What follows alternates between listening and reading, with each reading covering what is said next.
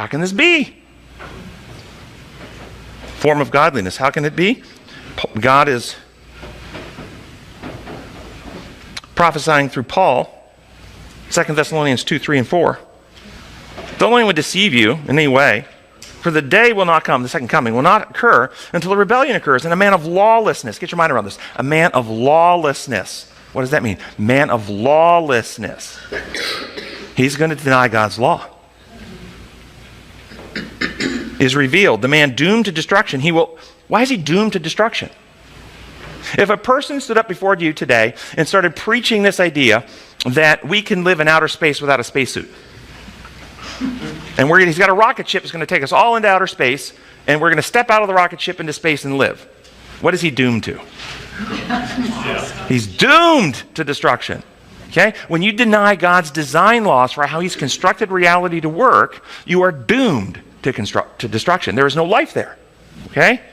He's doomed to destruction. He will oppose and exalt himself over everything that is called God or his worship, so that he sets himself up in God's temple, proclaiming himself to be God. What temple? Remember, this is probably around 65 AD.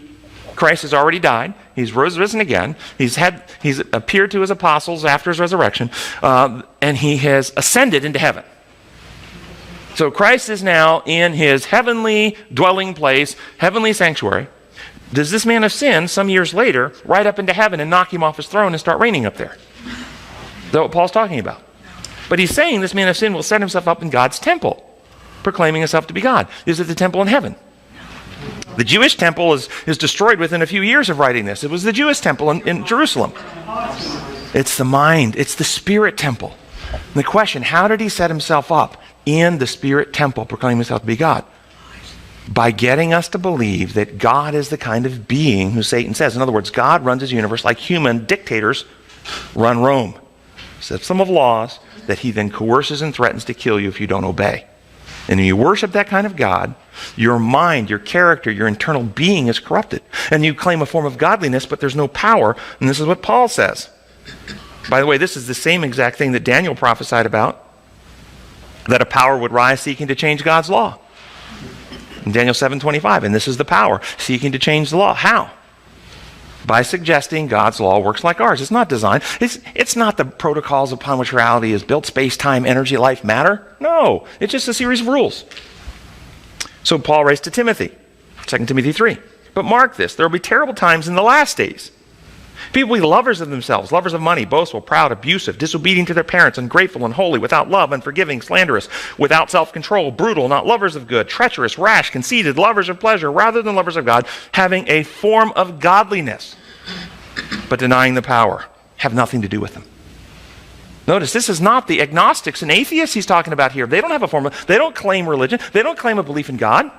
They deny it. He's talking about those who claim the belief in God. And notice he has all these licentious things. Why? Child abuse rates no different. Spouse abuse rates no different. Pornography use no different. Just what he's describing here. Why?